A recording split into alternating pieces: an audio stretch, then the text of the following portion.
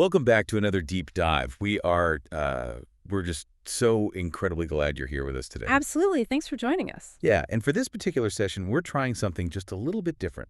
A bit of a pivot. Right. Today, the two of us are teaming up as a pair of instructors. We're going to walk you through what is basically an absolute masterclass on a highly specific but fundamentally crucial phase of the IT audit framework. Yeah, we are working directly from ISACA's globally recognized ITAF, the 5th edition. Exactly. And if you've ever been involved in an audit, Whether you're the practitioner actually executing the field work or the management team sitting on the other side of the table, right, or even a stakeholder who's just relying on that final assurance report. you already understand that the setup phase pretty much dictates the trajectory of the entire project. It completely dictates it. But what the framework does here is formalize that setup into a very rigid, highly defensible structure. So our mission today is to completely unpack Chapter 2 of the framework.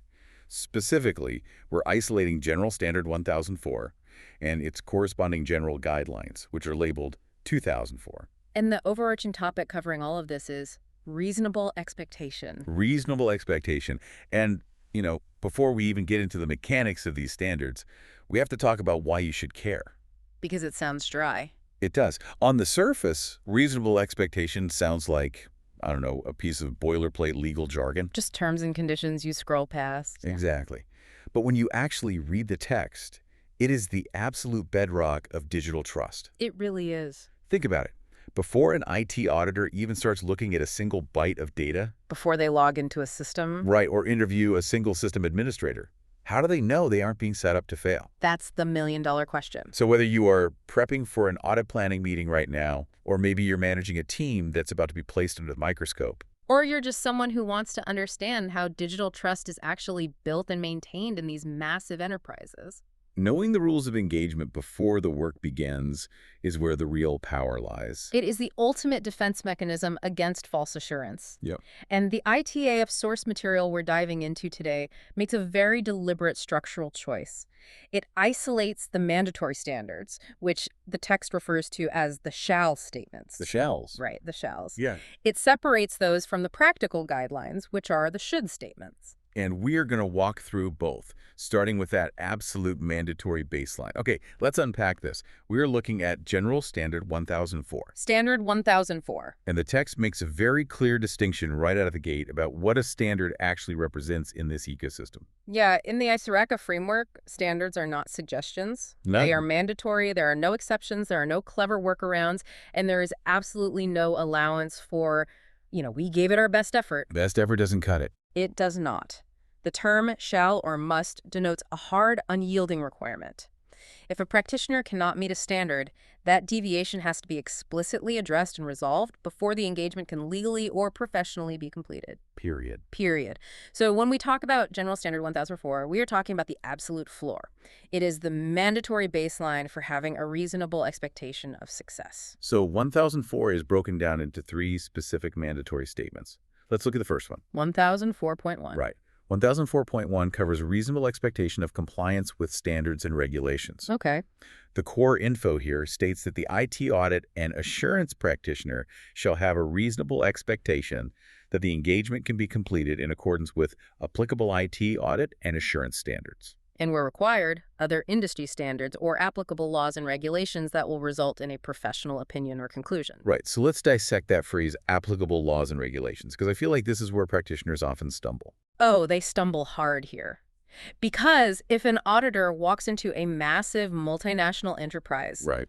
and they immediately realize that they cannot legally or professionally follow the required standards. Maybe because of jurisdictional privacy laws. Exactly. Like GDPR in Europe or state-specific data protection acts in the U.S. that strictly forbid the transfer or even the inspection of the necessary data sets. So they literally can't look at the data they need to audit. Right. And if that happens, the audit is structurally compromised from day one. Any final professional opinion they issue under those restricted conditions is fundamentally hollow. It's an illusion of assurance. Totally an illusion. But, okay, let me challenge the mechanics of that. Go for it.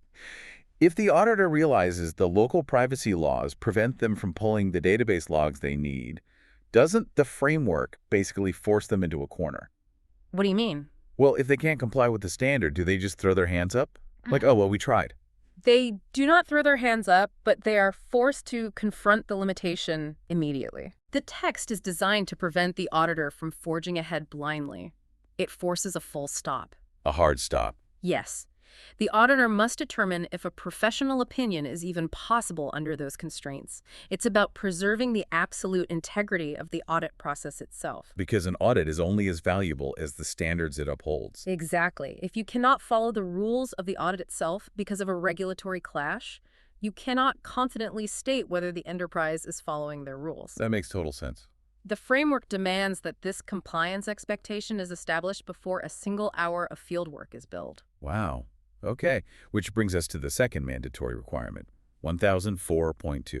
Reasonable expectation of adequate engagement scope. Right. The text mandates that the practitioner shall have a reasonable expectation that the scope and objectives of the engagement enable a conclusion on the subject matter, and that any scope limitations are addressed. The scope defines the boundaries of the playground. Yeah. But more importantly, it defines the validity of the conclusion. I always think about it like inspecting a massive commercial real estate property. Okay, I like this analogy. Imagine you're the lead structural engineer hired to certify a building safety. And the property management firm says to you, hey, you are fully authorized to inspect this property and give an official, legally binding opinion on whether it's structurally sound. Sounds good so far. Right. But then they say, however, you are strictly forbidden from looking at the subterranean foundation, and you are not allowed to access the HVAC systems on the roof. Well, that's a problem. It's a huge problem. If the scope of your inspection is artificially narrowed by the client to exclude critical load-bearing areas, your final safety certification is completely meaningless. Because you don't know what's holding the building up. Exactly. You might report that the lobby looks fantastic and the elevators work flawlessly, but the building could still collapse the next day. If the scope is too narrow to support the requested conclusion, the audit is just an illusion of safety. That analogy highlights the exact vulnerability this standard is designed to eliminate. The text dictates that if the auditor cannot get the scope widened to a point where they can actually form a valid, holistic conclusion on the subject matter. If they can't look at the foundation. Right. If they can't see the foundation, they do not have a reasonable expectation of success. They are mandated by the shall statement to address that limitation. They can't just ignore it. They cannot simply accept the artificially narrow scope and issue a broad assurance report. That would be professional negligence. Which is a heavy term. Professional negligence. It is. So that baseline of adequate scope naturally forces us to look at the other side of the table. Management. Yes, management. If the scope requires access to the foundation and the roof, who is holding the keys? The people being audited. Exactly. That leads directly into the third piece of this foundation, 1004.3, reasonable expectation of management's understanding of its responsibilities. This is a big one. The text states that the practitioner shall have a reasonable expectation that management understands its obligations to provide appropriate, relevant, and timely information required to perform the engagement. I want you to think carefully about the specific phrasing the framework uses here. Okay. Because it doesn't merely say management must provide information. Right. It says they have to understand their obligations. Exactly. It dictates that the auditor must have a reasonable expectation that management understands its obligations to do so. This fundamentally shifts the dynamic of an audit. How so? It acknowledges that an audit is entirely a two-way street. It's a partnership, even if it often feels adversarial in practice. For you listening right now, what stands out to you here? Because to me, it's that word understands. Yes. If the management team being audited does not comprehend their role, if they operate under the assumption that they can simply ignore the auditor's data requests, or delay sending critical system configurations for weeks, or provide heavily redacted and irrelevant spreadsheets, then the auditor cannot succeed. The standard requires the auditor to assess management's comprehension and willingness before executing the audit. But, okay, how do you actually measure understanding before the audit begins? It's tough. It seems highly subjective. You can't exactly give the CIO a pop quiz on their audit obligations. No, you don't give them a quiz. You measure it through the pre-engagement interactions and the formalization of the audit charter. Okay. It is observed through their willingness to commit to timelines, their responsiveness during the scoping discussions, and their historical behavior in previous engagements. past behavior. Huge indicator. If you're sitting in a planning meeting and the IT director is already pushing back on basic access requests. Or questioning why you need to see the firewall rules. Right. That is a glaring indicator that management does not understand or accept its obligations. The auditor has to look at the management team and essentially establish the ground rules. And if they won't play ball, If there's a documented history of management stonewalling, the auditor objectively lacks that reasonable expectation of success. The framework is telling the auditor, do not proceed as if everything is fine. do not proceed. Okay, so we have the mandatory baseline. We have the shall statements covering standards, compliance, adequate scope, and management's understanding. The floor. The absolute floor. But knowing what you are legally and professionally mandated to do and knowing how to actually execute that in the trenches are two very different things. Completely different. The framework recognizes this, which is why we transition from General Standard 1004 into the practical applications of General Guidelines 2004.1 and 2004.2. Yeah, to clarify the structural relationship here for you, while the standards we just discussed are the mandatory, The shall. the shalls, the guidelines are the how-tos, they are the shoulds. Right. They provide the recommended formalized practices for consistency across the profession.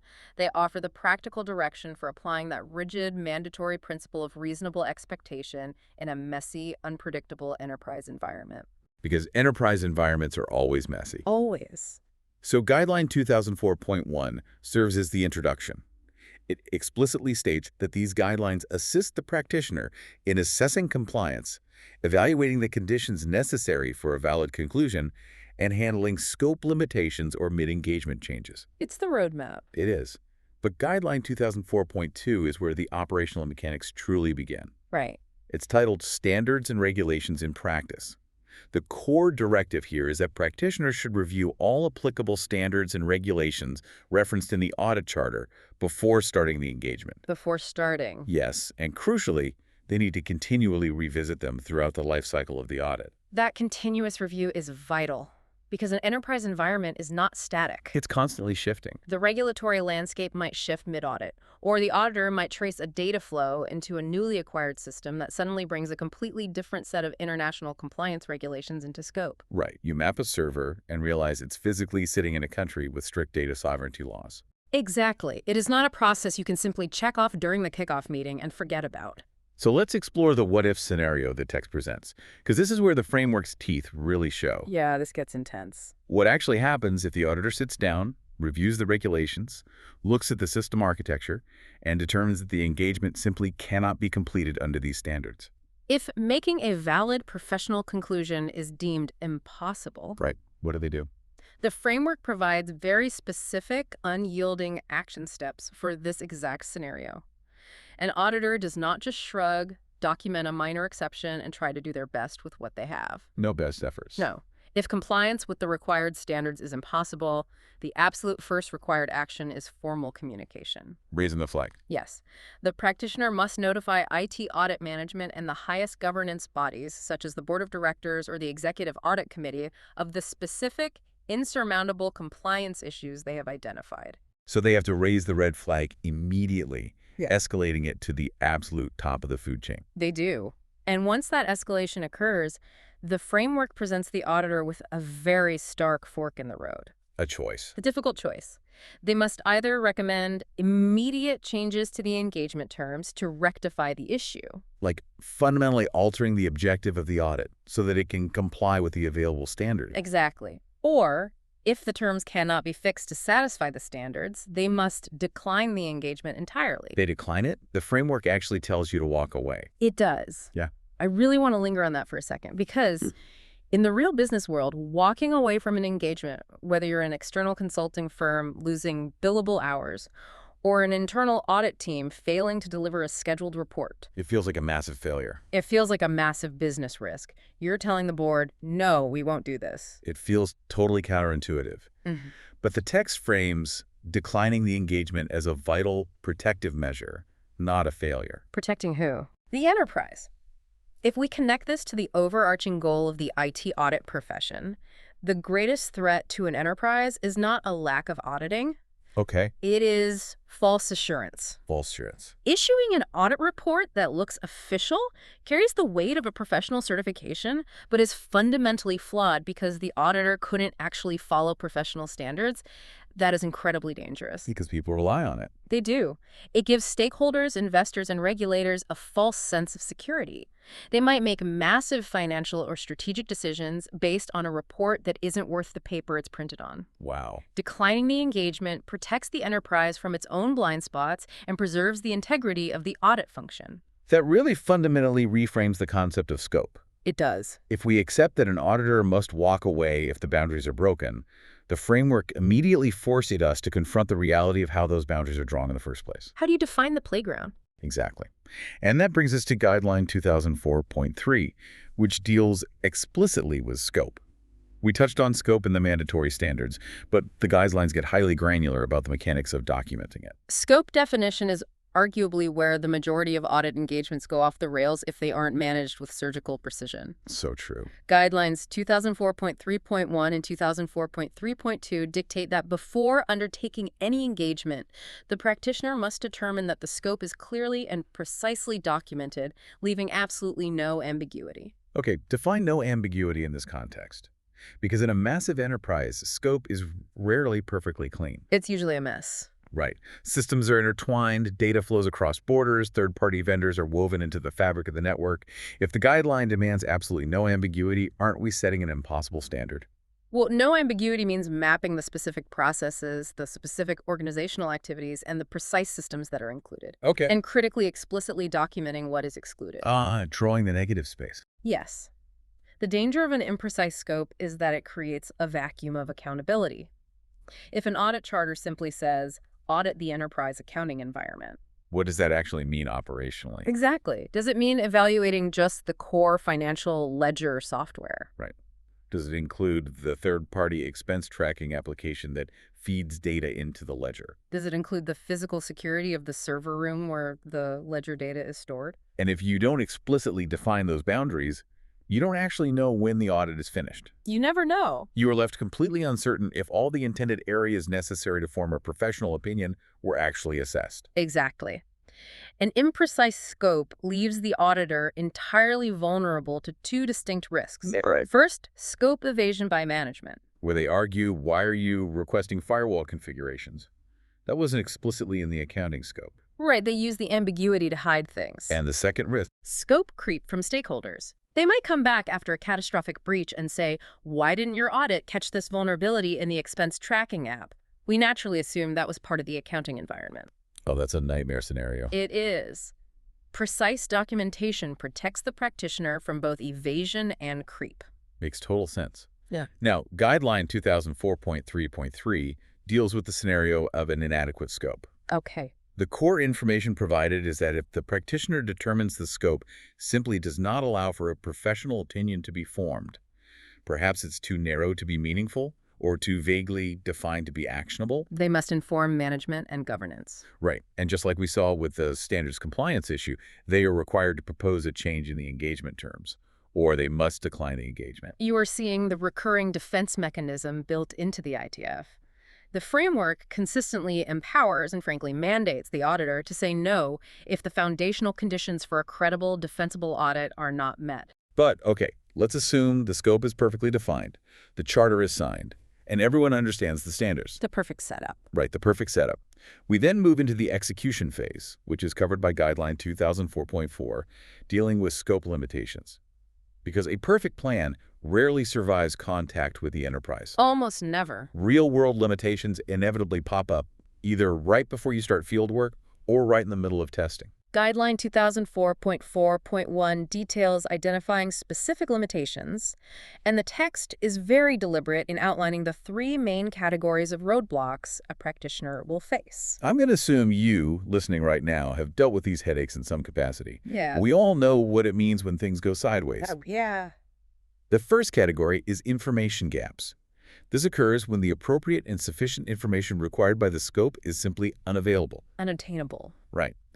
The text specifies scenarios like the delayed delivery of required documents from the auditee, or the auditee providing documents that are fundamentally incomplete. This is the absolute most common friction point. The classic delay tactic. Yes.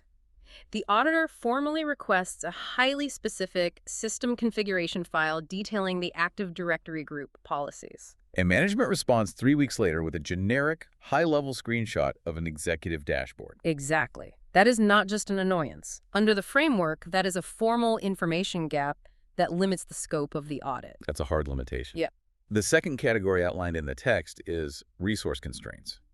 This is when key auditees, the specific subject matter experts who actually understand how a complex process functions, are completely unavailable to participate in the audit. Right. If the sole network architect who designed and configures the enterprise firewall infrastructure suddenly takes a month-long medical leave right as fieldwork begins. How can the auditor effectively assess the firewall management process? They can't. They cannot rely on a junior analyst who only knows how to reset passwords. Right. The lack of the key human resource represents a hard stop on that testing objective. And the third type of limitation explicitly outlined in the text is location access. This one is interesting. It is. This is when travel required by the audit scope is restricted. The text specifically points out travel restrictions due to company policy or regulatory lockdowns. Which we've all seen a lot of recently. Definitely.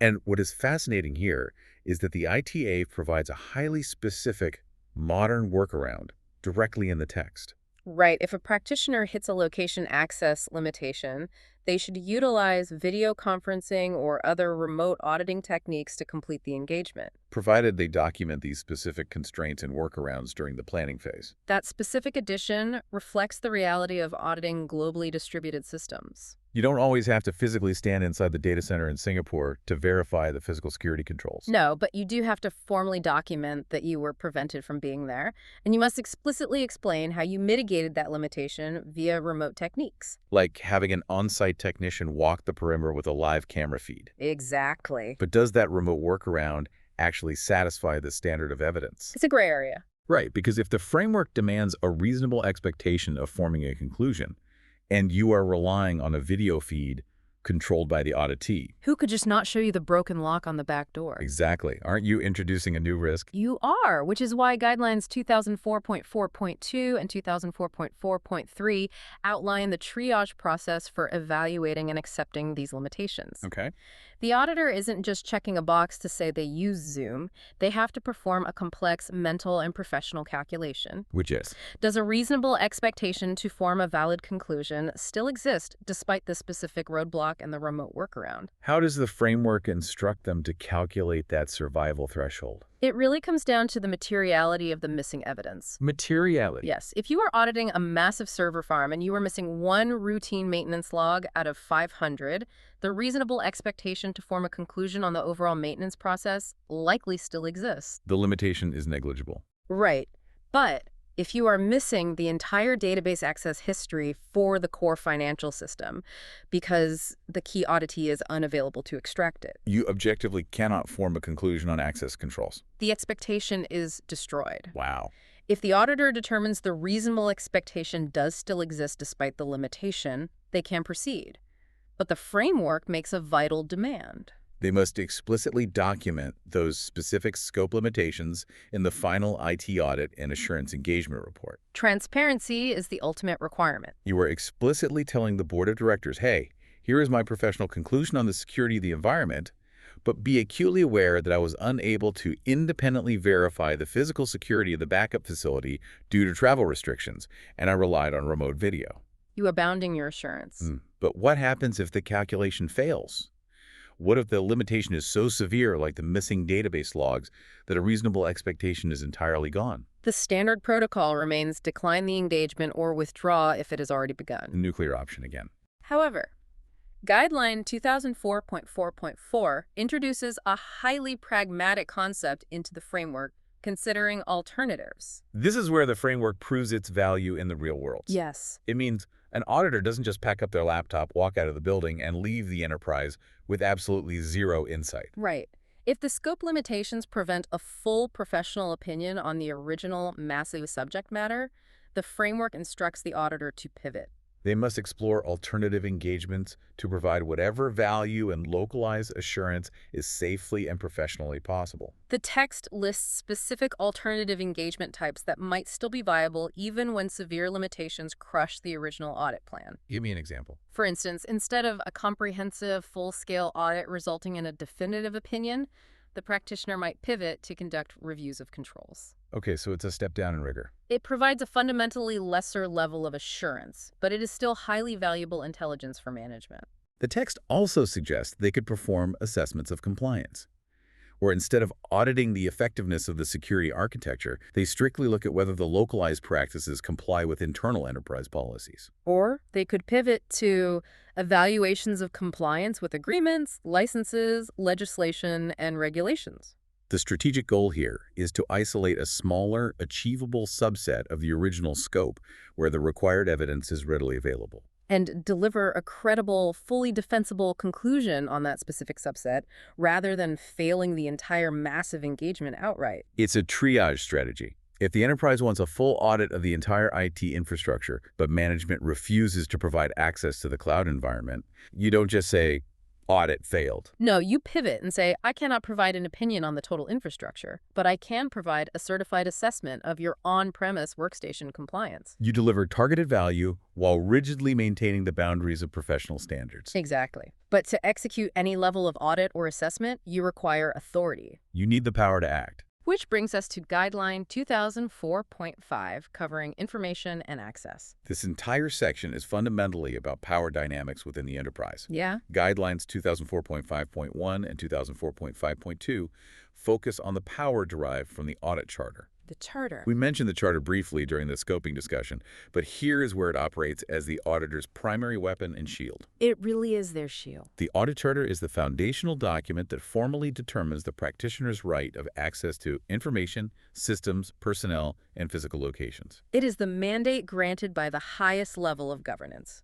Practitioners are required by the guideline to ensure their practical right of access perfectly aligns with the authority granted in the charter. And critically, they must ensure that any restrictions they encounter in the field won't prevent them from reaching a conclusion. And if they hit a wall? Well, Guideline 2004.5.3 states that if the right to access is inadequate, if a department head flatly refuses to hand over data despite the charter's mandate, the required action mirrors what we've seen throughout the framework. Inform governance, propose changes to the engagement terms, or simply do not accept the engagement. Right.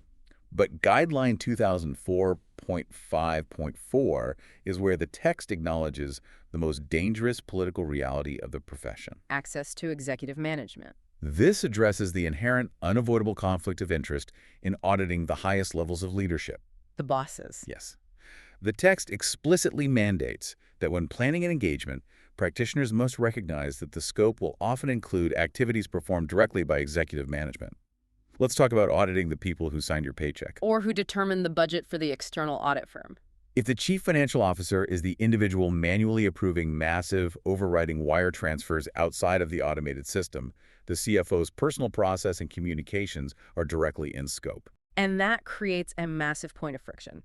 Practitioners are required by this specific guideline to critically evaluate whether their professional independence, their objectivity, or their practical access to necessary information could be impaired because they are investigating the very executives who wield organizational power over them.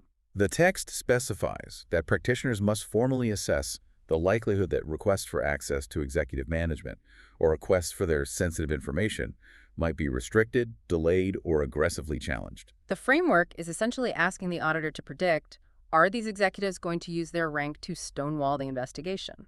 And if that risk is identified, if historical precedent or the current corporate culture suggests the C-suite will drag their feet, refuse to hand over email archives, or attempt to intimidate the audit team. The required action is absolute.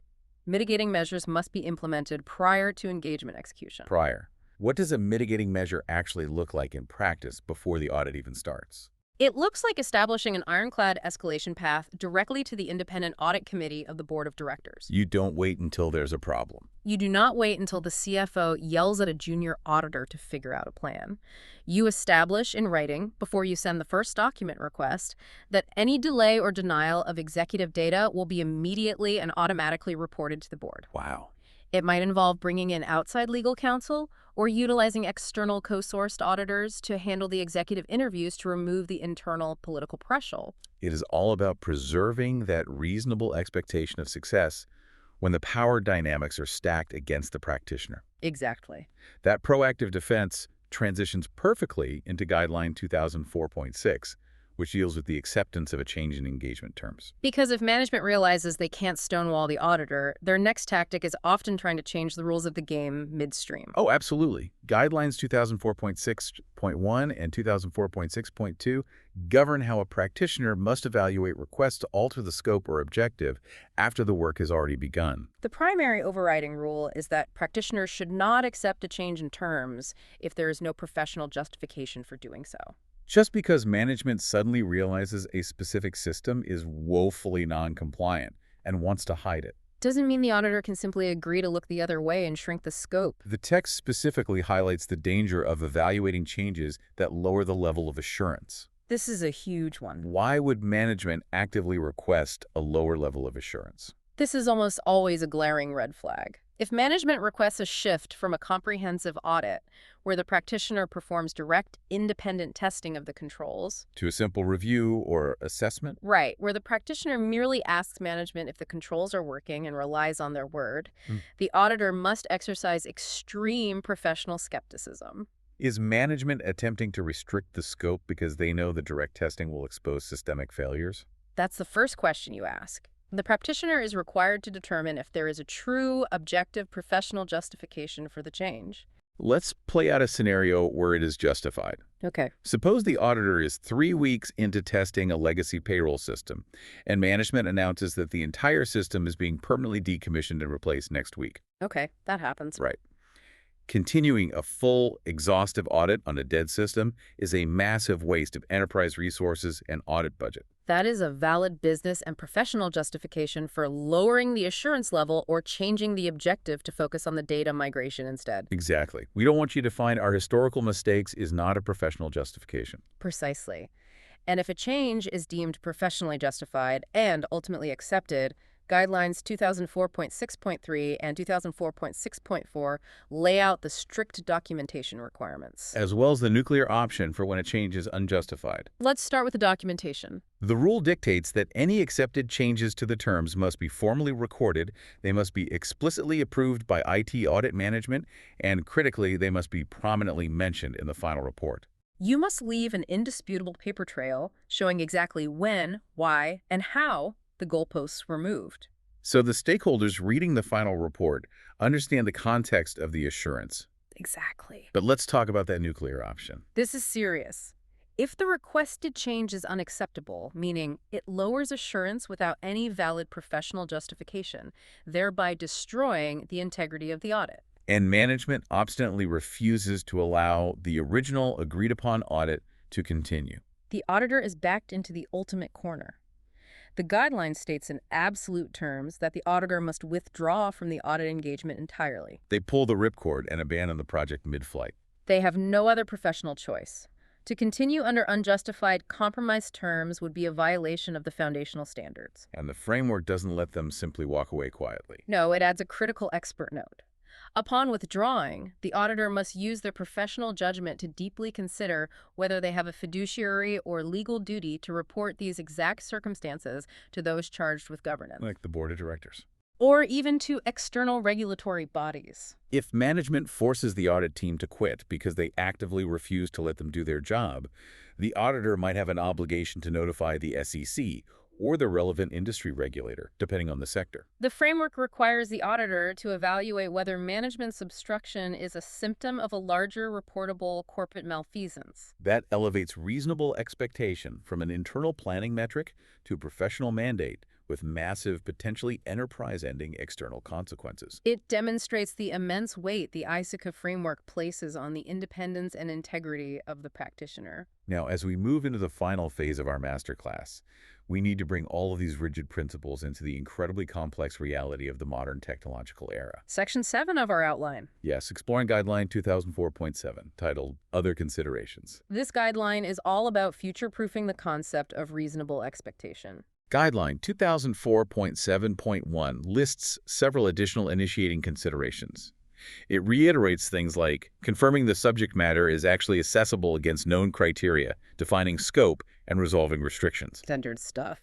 But there is a very specific, highly tactical detail in the text I want to highlight regarding management representations. The distinction between written and oral representations. Exactly. Standard practice dictates that at the conclusion of an audit, management signs a formal letter of representation. Right. This is a written document where executive leadership formally acknowledges their responsibility for the internal controls, confirms they've provided all requested information, and states they haven't withheld any knowledge of fraud or systemic failure. It is the auditor's final piece of defensive evidence. But the text explicitly asks, what if written representations from management cannot be obtained? This happens more often than you might think. Really? Oh, yeah. Management might refuse to sign the document on the advice of overly cautious internal legal counsel who fear the liability of a signed declaration. Lawyers stepping in. Always. Or perhaps the key executive responsible for signing is suddenly unavailable or has left the company in the middle of the reporting phase. So the audit is finished, the fieldwork is done, but the auditor lacks the mandatory written sign-off. The text states that in this scenario, practitioners must make alternative provisions. The specific example provided is securing oral representations from management and thoroughly meticulously documenting those oral statements in the working papers. I know oral representations sound incredibly flimsy compared to a signed legal document. They do. Why does the framework allow them to satisfy the requirement? It is the ultimate pragmatic fallback position. The framework recognizes that an auditor cannot hold the final assurance report hostage indefinitely because a lawyer advised a CIO not to sign a piece of paper. If the auditor can get the CIO on a recorded line or in a minuted meeting to verbally confirm the representations. And the auditor rigorously documents the date, time, attendees, and exact verbiage of that confirmation in their working papers. It legally and professionally satisfies the requirement to capture management's acknowledgement. It allows the engagement to conclude while still documenting management's accountability. That makes a lot of practical sense. But Guideline 2004.7.2 is where the framework truly confronts the bleeding edge of the profession. Reasonable expectation in a technology context. The undeniable reality is that technology is evolving exponentially faster than traditional audit methodologies or even enterprise governance can keep up with. It's moving too fast. The text specifically highlights emerging technologies like artificial intelligence, evolving cybersecurity threats, the massive structural reliance on third-party service providers, and the sprawling complexity of modern data governance. All of these factors fundamentally warp how the guideline of reasonable expectation must be applied. The text outlines severe systemic challenges here.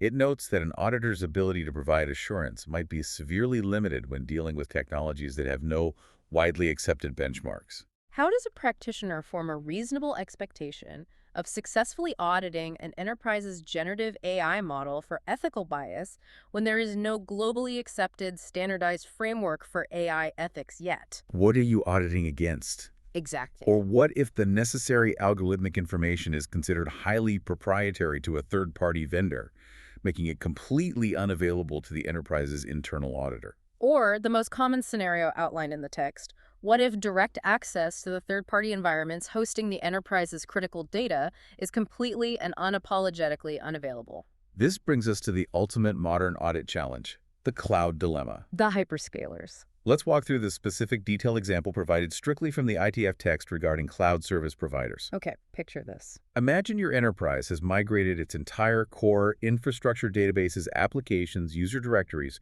to a massive hyperscale cloud provider like AWS, Azure, or Google Cloud. Very common. You are the IT auditor tasked with providing assurance on the security of the enterprise's data. You can evaluate your own enterprise's internal governance over that cloud provider. Right. You can rigorously review the SLAs and the legal contract. You can review how your internal teams monitor the provider's uptime dashboards. But, and this is a structurally insurmountable, but the text explicitly states you cannot directly test the provider's internal security controls. You cannot just walk up to a hyperscaler's global data center, flash your audit badge, and demand to start pulling physical server access logs or inspecting their hypervisor configurations. It is entirely outside the enterprise's scope of access. The cloud provider will simply and rightfully deny you entry. So, if you are strictly forbidden from directly testing the actual physical and logical controls protecting the data, how can you possibly maintain a reasonable expectation of forming a valid professional conclusion on the security of that environment? It seems impossible. Isn't the fundamental premise of independent assurance broken? The framework provides the only viable solution: chaining trust. Chaining trust. Yes. The solution detailed in the text is to utilize specialized third-party audits. Instead of testing the controls directly, the practitioner relies on external assurance reports, specifically system and organization controls, or SOC report. Okay, SOC reports. These are massive, rigorous audits performed by independent, certified auditing firms directly on the cloud provider's internal controls.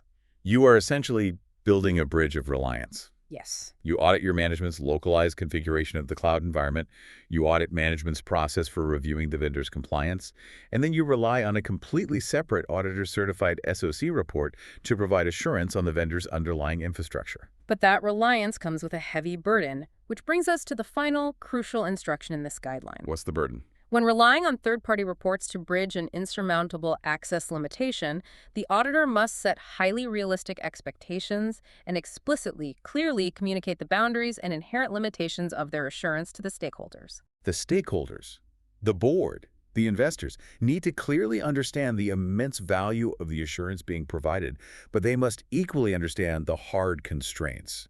The auditor has to declare in the final report, "We can assure you with high confidence that our internal contracts are solid and our localized cloud configurations are secure, but you must understand that we did not and could not independently test the underlying server security." For that layer of assurance, we are entirely relying on an external SOC2 report provided by another firm. It is the ultimate exercise in managing expectations, which, when you step back and look at the framework as a whole, is precisely what this entire chapter has been driving toward. It really is. Let's synthesize this incredible journey we have been on today. We've covered a lot of ground. We have forensically examined General Standard 1004 and the corresponding guidelines 2004. We have seen that reasonable expectation is not a vague feeling of auditor confidence or a boilerplate introductory paragraph. It is a highly formalized, rigorously structured, step-by-step defense mechanism. It ensures the enduring integrity of the audit profession. It guarantees that engagement objectives are properly and precisely scoped, that necessary access rights are legally established before execution, and that unavoidable roadblocks, whether they're missing data logs, resistant C-suite executives, or insurmountable third-party cloud boundaries, are handled transparently, professionally, and in strict accordance with a global standard. It is the ultimate mandatory look before you leap framework. Absolutely. So for you listening right now, whether you're an auditor, an IT manager, or an executive stakeholder, here is our specific call to action. Look critically at your own current projects, Your upcoming audit engagements, or even your next massive cross-departmental compliance meeting. Ask yourself the hard questions. Have you truly objectively established a reasonable expectation of success before the meter starts running? Are the scope, boundaries, and access rights unequivocally defined and agreed upon by every single party involved? If those foundational elements are missing or ambiguous, you're likely setting yourself and your enterprise up for a highly expensive failure. Use these specific ISACA guidelines not just as an auditor's checklist, but as a strategic tool to establish those boundaries now, long before the actual work begins. Before we sign off, I want to leave you with a final provocative thought to mull over. Something that builds directly on the reality of the framework we just dissected. We just spent a significant amount of time exploring how auditors must rely on external SOC reports to bridge the gap when auditing massive cloud providers. The framework allows us to chain trust. Right. But let's look at the trajectory of emerging technology. As enterprises increasingly and aggressively integrate completely black box artificial intelligence models into their core decision-making pipelines. And as business operations become entirely reliant on vast, almost totally inaccessible, third-party digital ecosystems. We are facing a paradigm shift. Will there come a day, very soon, when direct independent access to primary evidence is so incredibly rare that the concept of reasonable expectation relies almost entirely on blindly trusting an endless chain of other people's external reports? It is a chilling but entirely realistic evolution of the problem. If the actual operational systems dictating enterprise behavior are locked behind someone else's walled garden, or hidden deep inside a proprietary neural network that even the vendor's own engineers cannot fully decipher? How will the IT audit profession maintain its true foundational independence? Are we auditing the systems, or are we just auditing the paperwork of the people who built the systems? It is an existential question that the framework and every IT professional relying on it is going to have to grapple with as these technologies mature. The boundaries of what we can actually test are shrinking, while the complexity of what we must assure is exploding. Thank you so much for joining us on this exhaustive masterclass into the ITF. Keep questioning the boundaries. Keep learning the frameworks, and we will see you next time.